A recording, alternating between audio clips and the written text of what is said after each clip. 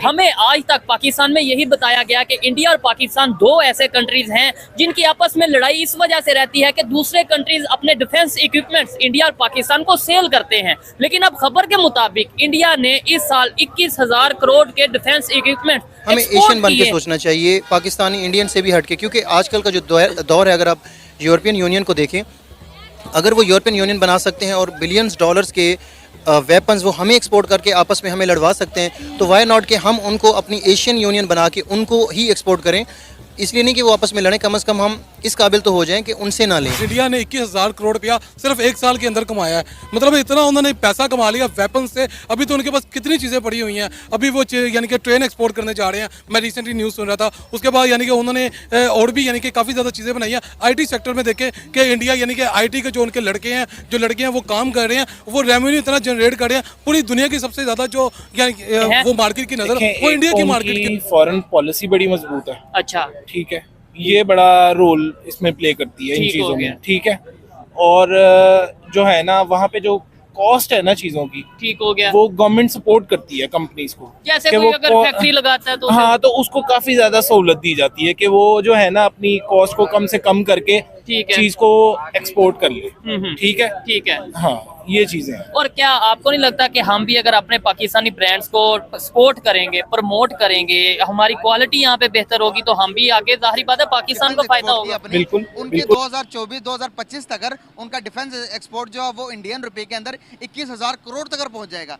वो क्या कर रहे हैं ऐसा, और हम क्या कर रहे हैं? एक ही टाइम में दो मुल्क अलग होने वाले, आज़ाद होने वाले, आज वो चांद पर पांचवी बड़ी मईशत बनाकर बैठे हैं, हम क्या कर रहे हैं? एक टाइम था जो पाकिस्तान। तो जैसा कि आप जानते हैं कि इन दिनों भारत के डिफेंस मिनिस्ट्री द्वारा एक डेटा जारी किया गया जिसके तहत बताया गया कि भारतीय डिफेंस ने अब की बार 21,000 करोड़ रुपए का एक्सपोर्ट किया गया है। जी हाँ भाई साहब, अब आपको यकीन नहीं हो सकता कि 21,000 करोड़ रुपए का केवल एक्सपोर्ट किया गया है इस बार डिफेंस द्वारा। और ये इतिहास में पहली बार हो रहा है जब भारतीय डिफेंस ने एक्सपोर्ट से इतने रुपए कमाए हों, क्योंकि अभी तक आप देखते हैं कि किस तरह से हम केवल इक्विपमेंट खरीदते हैं डिफेंस के लिए, विदेशों से सामान मंगवाते रहते हैं, सुरक्षित दृष्टिकोण से हम तरह तरह के सामान मंगवाते हैं। हालांकि मंगवाते हम अब भी हैं, निर्यात हम अब भी करते हैं, लेकिन इस बार हमने एक्सपोर्ट भी किया है। ये बहुत ही इंटरेस्टिंग बात हो रही है, क्योंकि 21,000 करोड़ रुपए से ऊपर की अगर हम एक्सपोर्ट कर रहे हैं तो इसका मतलब कहीं ना कहीं जो प्रधानमंत्री मोदी का ये मेक इन इंडिया का प्रोजेक्ट है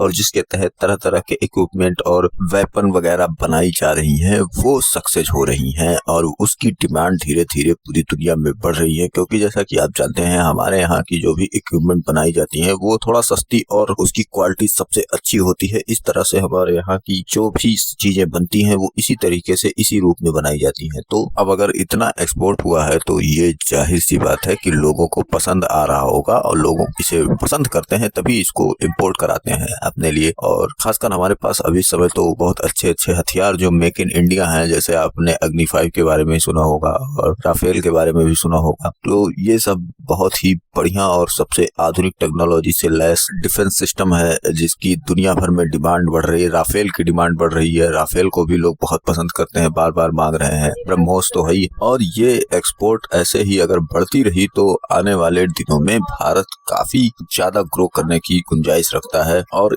इसके लिए हमें लगातार अपनी डिफेंस टेक्नोलॉजी पर काम करना होगा और उसके लिए दिन रात मेहनत करनी होगी ताकि हम और भी एक्सपोर्ट को बढ़ा सकें और नई नई टेक्नोलॉजी का इजाद कर सकें डिफेंस सेक्टर में, और लोगों का भरोसा भी जीत सकें कि हाँ वाकई में भारत के डिफेंस सेक्टर में जो इक्विपमेंट हैं वो बहुत ही मजबूत और बहुत ही कारगर हैं और उससे अच्छे अच्छों की बैंड बच सकती है।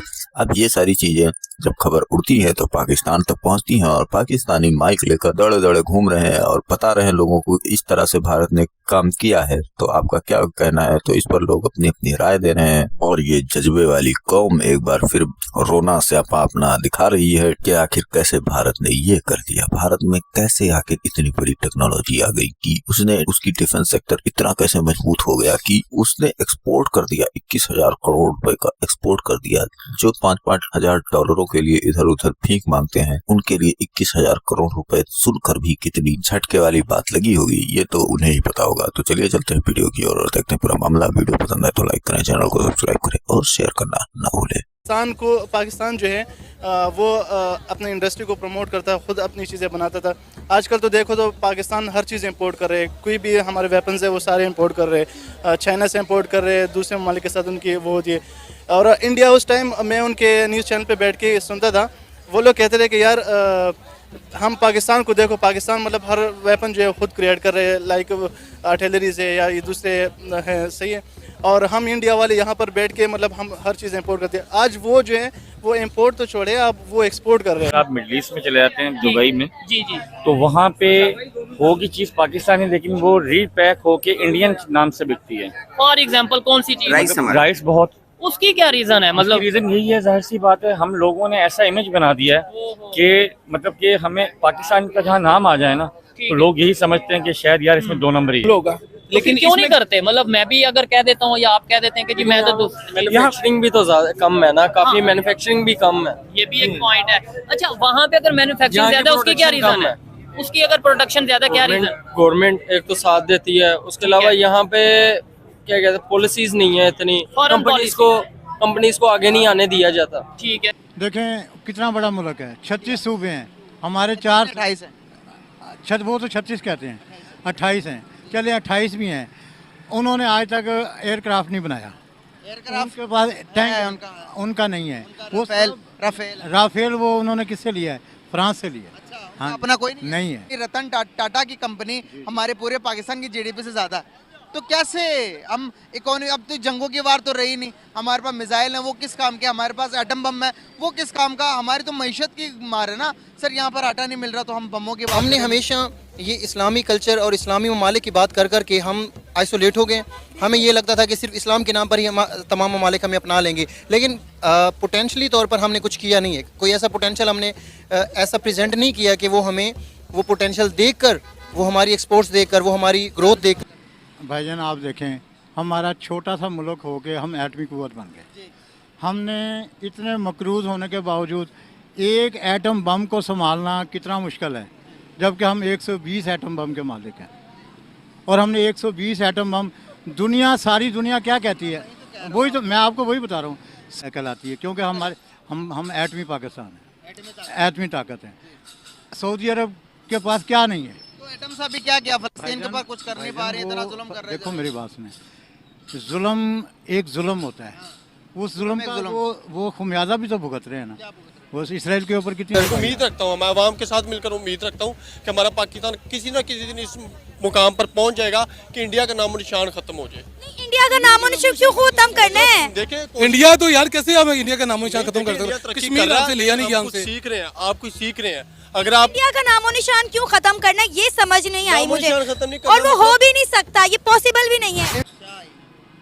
आधा इसराइल बर्बाद हो गया। थोड़ा आगे इस तरफ आए, क्या एटम बम से हम अपनी गरीब आवाम को रोटी दे सकते हैं? नहीं जी, तो गरीब आवाम को इस टाइम क्या चाहिए? रोटी चाहिए, महंगाई कम चाहिए, या फिर एटम बम की हम तारीफें करते रहें कि वो एटम बम हमने माशाल्लाह बड़ा अच्छा बनाया है? क्या क्या कर सकते हैं? रोटी चाहिए, मकान चाहिए और रोजगार चाहिए।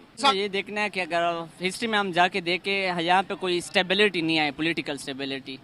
जब भी किसी प्राइम मिनिस्टर ने कोशिश की कि यहाँ पे स्टेबिलिटी क्रिएट की जाए, लेकिन वो उन्होंने कोशिश नहीं की। और इसमें हमें सारों को पता है कि इस्टेब्लिशमेंट का ज़्यादा रोल है, डायरेक्टली या वो इनडायरेक्टली हम देख सकते हैं। इसके अगर अगेंस्ट हम इंडिया को देख ले, वहाँ पे बिल्कुल स्टार्ट से जो नेहरू का विजन था वो उन्होंने क्या किया, उन्होंने कोशिश की है, लैंड रिफॉर्म्स लेके आए हैं, बाकी जो रिफॉर्म्स वगैरह थे वो लेके आए हैं, जिसकी वजह से उनका जो वो था, उनके लिए जो रास्ता था वो बिल्कुल खुल सा गया।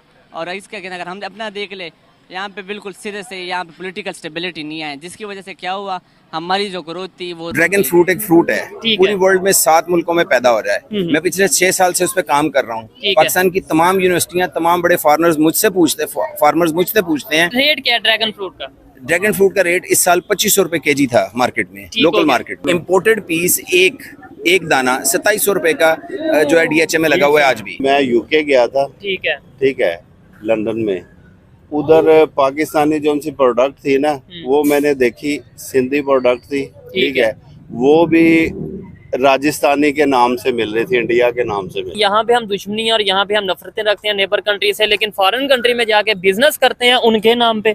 मतलब ये भी बात समझ से बाहर है ना कि उनके नाम पे हम भेजना, हम चाइना का नाम क्यों नहीं लिखना? अपने मुल्क के साथ मुखलिस हैं, हम मुखलिस नहीं है। सिंपली क्यों? वो उनकी सारी कोशिश, सारी तगोदो ये है कि अपने मुल्क के लोगों को उठाया जाए, और हमारे जो हुक्मरान है खैर से, इनकी सारी कोशिश है कि अपने आप को जो है ना वो डेवलप किया जाए। ये फ़र्क है। That's it. शायद थोड़ा रिकॉर्ड को दुरुस्त करें। कई मुल्क ऐसे हैं कि जिनकी एयरलाइंस, जिनकी मुईशत, जिनको पुलिस का निज़ाम हमने दिया, आर्मी हमने सेट की, उनके मुल्कों की दहशतगर्दी हमने ख़त्म की, उनकी मुईशत को हमने बेहतर किया, लेकिन हम बेहतर नहीं हो सके क्योंकि उनको हमने जिस ट्रैक पे लगाया वो लग गए, वो मुखलिस थे अपने मुल्क के साथ, वो तरक्की कर गए, उनके लोग उठ गए। हम तो बुनियादी तालीम से महरूम है, हमें तालीम दी ही नहीं गई, इसलिए कि हम बादशाह हो एक तो जाए। उनकी फॉरेन पॉलिसी बड़ी मजबूत है। अच्छा, और जो है ना वहाँ पे जो कॉस्ट है ना चीजों की, ठीक हो गया। वो गवर्नमेंट सपोर्ट करती है कंपनीज को। मैंने अपनी लाइफ की पीक में इंटरनेशनल मार्केट से जॉब रिजाइन करके पाकिस्तान आ गया। जबरदस्त। 47 इयर्स एज पे आके मुझे अफसोस हो रहा है कि यहाँ पे रह के बेईमानी ना करो, 2 नंबर काम ना करो, ईमानदारी से रिस्क कमाना मुश्किल कर दिया गया है। इस टाइम अगर बात करें एशिया की टाइगर की, तो एशिया का टाइगर कौन है?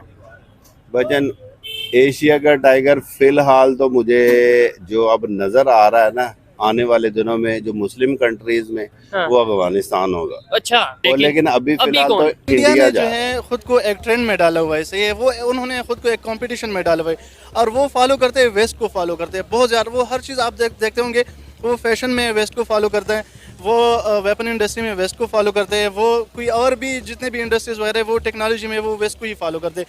और वेस्ट सबको पता है वो डेवलप्ड है ऑलरेडी, सही है। तो वो अब इस कंपटीशन में, इस ट्रेंड में कि हम भी आगे जाए और हम जो भी करें वो सबसे बेस्ट। हम लोगों में सबसे बड़ी अफसरान में जो है ना करप्शन है। नहीं कर सकते मुकाबला। नहीं, जब तक ये करप्शन ख़त्म नहीं ना होगी, हम किसी चीज़ का मुकाबला नहीं कर सकते, चाहे वो हमारा पाकिस्तान है या बाहर का मुल्क है, क्योंकि हाई लेवल करप्शन होती है, जो है कि वो सारा जो लूट मार वो करते हैं, गरीब वहाँ पिसती है।